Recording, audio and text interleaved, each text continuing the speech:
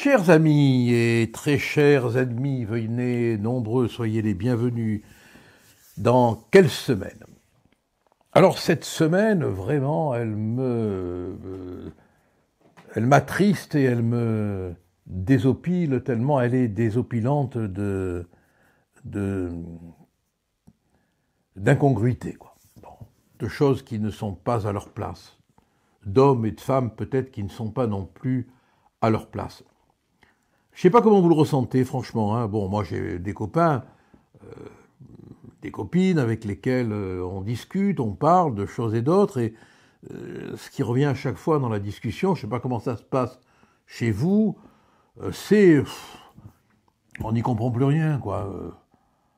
Tout fout le camp, ce pays n'est pas gouverné, quoi. C'est un music-hall, il n'y a plus que la télé qui nous offre une apparence fictive, évidemment, de réalité, quoi. Mais sinon, la réalité telle qu'elle est, on n'a même plus l'impression qu'elle existe, tellement elle est irréelle, quoi. Bon, il faut bien dire que lorsqu'on voit d'un individu qui pénètre dans une école, c'était il y a quelques jours seulement, hein, en criant « je vais vous égorger » à l'adresse d'un membre du personnel et en hurlant « Allah Akbar » et qu'on apprend qu'il aurait des troubles psychiatriques et qu'en conséquence, bon, on va le juger dans 2 ou 3 mois en septembre et qu'il est en liberté, on ne comprend plus, quoi. Quand on voit, on en parlera tout à l'heure plus en détail, une femme et c'est son enfant victime d'une tentative d'enlèvement en plein Paris, on comprend plus, quoi. Bon, il y a quelque chose vraiment qui ne va plus, quoi. Alors on est tous là à essayer de mettre des mots sur cette réalité effrayante, hein, angoissante, inquiétante. On se demande ce qui va arriver. Franchement, vous vous posez pas la question? Quand vous êtes chez vous, avec des amis, des vrais amis, avec votre femme, avec votre mari, avec vos enfants, vous ne vous posez pas la question, mais que va devenir ce pays? Abstraction faite de ce qu'il est déjà, et qui en soi est horriblement angoissant. Alors, à côté de ces préoccupations légitimes que nous avons, qu'est-ce qu'on voit? Regardez Ankara, Erdogan, Macron, regardez.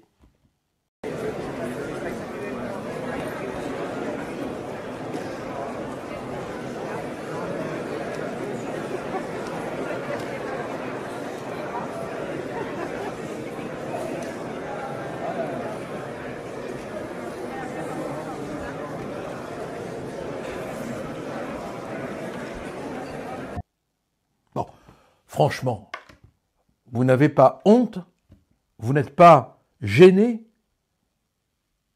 Ankara, Erdogan, le maître chanteur, celui qui est venu faire campagne il y a quelques années à Strasbourg, au nom des minarets, qui tient le doigt de l'élève Macron en imposant à celui qui est toujours en train de chercher le contact, en imposant un langage corporel humiliant. Les gestes parlent. Un petit doigt serré fort, le petit doigt serré fort, mais c'est de la, si vous me permettez l'expression, chorégraphie sadique. Et l'autre, qui se laisse attraper comme un gamin, et ça vient après les images du train qui ont fait polémique, les images du train où on voit le chancelier allemand, le Premier ministre anglais et le président de la République prétendre représenter toute l'Union européenne, hilar, alors qu'on est sur le cimetière des guerres, alors qu'on parle de la paix en Ukraine. Quand les images comme ça se juxtaposent, elles disent la vérité des personnages, quoi. Et la vérité, on l'a eue, hein, je veux dire, quand on a entendu le président de ce qui nous reste de République prendre la parole pendant 3 heures sur TF1. Pendant 3 heures, vous vous rendez compte, quoi, Fidel Castro doit se retourner dans sa tombe laïque, quasiment il a trouvé un concurrent, quoi. Mais 3 heures pour dire quoi? Pour de son regard qu'il veut hypnotique. Parce qu'il veut avoir un regard hypnotique. Essayer de convaincre que le vide n'est pas le vide, que l'insécurité n'est pas l'insécurité, que la dette n'est pas la dette, que le chômage n'est pas le chômage, que la perte de souveraineté n'est pas la perte de souveraineté. La nature a horreur du vide. Et là, on est maintenant arrivé à un moment climatérique, comme disent les historiens, c'est-à-dire que c'est le moment où tout peut arriver, où on n'est plus que dans l'occupation du vide. Bon, on le fait en passant à la télé, on le fait en parlant sur les chaînes de télé, c'est normal, sinon il n'y aurait plus que le grand silence. Il faut bien qu'on vive de mots, qu'on vive de gestes, on ne peut pas ne pas commenter. Bon. Mais sur le plan politique, c'est le vide. C'est le vide. On n'est plus en démocratie du reste. Quand l'administration et la bureaucratie dominent, c'est plus une démocratie, c'est une dictature bureaucratique.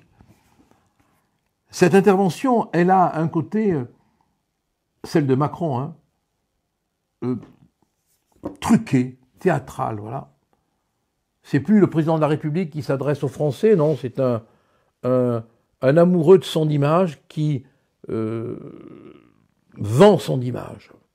Vous me direz, côté image, on n'est pas gâté. Quand on voit le Festival de Cannes, par exemple, et quand on se rend compte à quel point c'est devenu un rendez-vous mondain, mais d'une mondanité limitée, on est consterné. Où est le 7e art? Où sont les grands films? Où sont les cinéastes qui parlaient avec leurs films, qui défendaient des idées avec leurs films? Où sont-ils, ces peintres magiques qui peignaient la société, qui peignaient le monde, qui peignaient l'injustice, qui peignaient le mal-être avec la beauté des images? Ettore Scola, par exemple, nous nous sommes tant aimés. Où sont-ils? Non, maintenant on a Madame Binoche, qui drapait comme une espèce de Vestale, à moitié, vient faire un discours ahurissant, déplacé, qui n'a rien à voir avec le cinéma, parce qu'ils se prennent tous maintenant, vous avez remarqué, pour des prophètes, alors qu'ils vivent tous dans le luxe, dans les beaux habits, dans les grands hôtels, tartiner tous des pieds à la tête de caviar, de carnaval, de maquillage. Ils viennent faire la leçon, ils viennent nous dire ce qui est bien et ce qui est mal. Mais on s'en fout, c'est pas ce qu'on veut. Faites du cinéma et arrêtez de faire du cinéma. Je veux dire que faites du vrai cinéma et arrêtez de faire du cinéma. Votre opinion politique, on s'en fout. On n'a déjà plus du tout d'opinion politique chez les hommes politiques. Alors vous pensez bien que vos opinions politiques, on s'en tape, y compris celle de De Niro, qui a le droit de détester Trump. Mais sa carrière d'acteur ne fait pas de lui un référent politique, je suis désolé. Et c'est effrayant de voir à quel point ces hommes et ces femmes qui ont vécu par l'image, par l'irréel, qui se transforment bien sûr dans nos vies esthétiques en réel. Mais c'est extraordinaire de voir comme ces hommes et ces femmes s'imaginent incarner le réel. C'est incroyable, quoi. Mais tout est filmographique maintenant, parce que tout est déplacé, tout est hors du champ, tout est irréel. Vous avez vu l'audition du Premier ministre par la commission d'enquête sur Betaram, à quel point on avait une commission d'enquête tout à fait agressive. Alors, je prends pas parti sur le fond, hein, mais je prends parti sur la réalité de la manière discourtoise dont l'interrogatoire a été mené. La France insoumise abîme tout, quoi. Et on l'a vu effectivement lors de cette commission d'enquête. Ce qui m'a frappé aussi, et je voudrais revenir 30 secondes là-dessus, c'est la déclaration de M. Nunez, le préfet de police de Paris. Il a dit, et c'est incroyable qu'il ait pu dire ça, aujourd'hui les dealers osent tout. Mais quel aveu d'impuissance, quel aveu d'échec, quoi.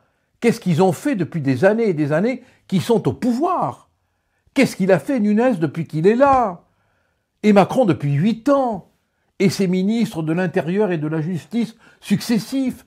Qu'est-ce qu'ils ont fait? Cette phrase, elle les juge. Et on entend à côté des gens dire « Je n'ose plus porter de signes extérieurs de richesse dans la rue ».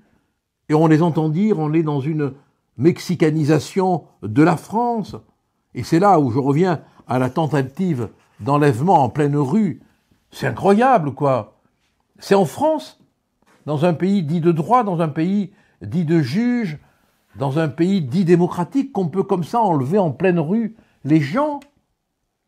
Oh, attendez, c'est effrayant ce qu'on voit, bon. Et on nous dit, ah, le savoir-faire marseillais s'exporte.